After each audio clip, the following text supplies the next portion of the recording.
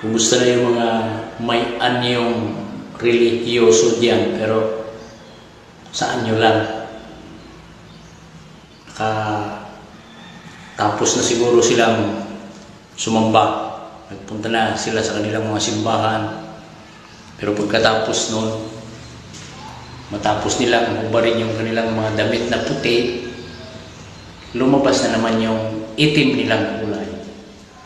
Yung pagiging daldalero, chismoso, chismosa. Layuan niyo yung mga ganyan. Kasi dapat silang layuan kasi nasusulat Pag ganyan ang tao, layuan mo sila kasi nagbubunga yan ng pagiging tawag nito.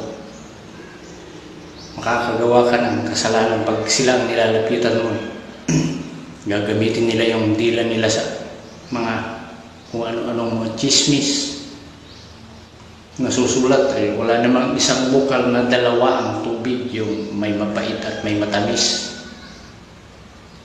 Kung nandun sa kanilang simbahan, nandun sa kanilang kakyak, alam mo kung sinong santo. Pero pagkatapos nun, nasabi, si ganito wala, si ganyan wala.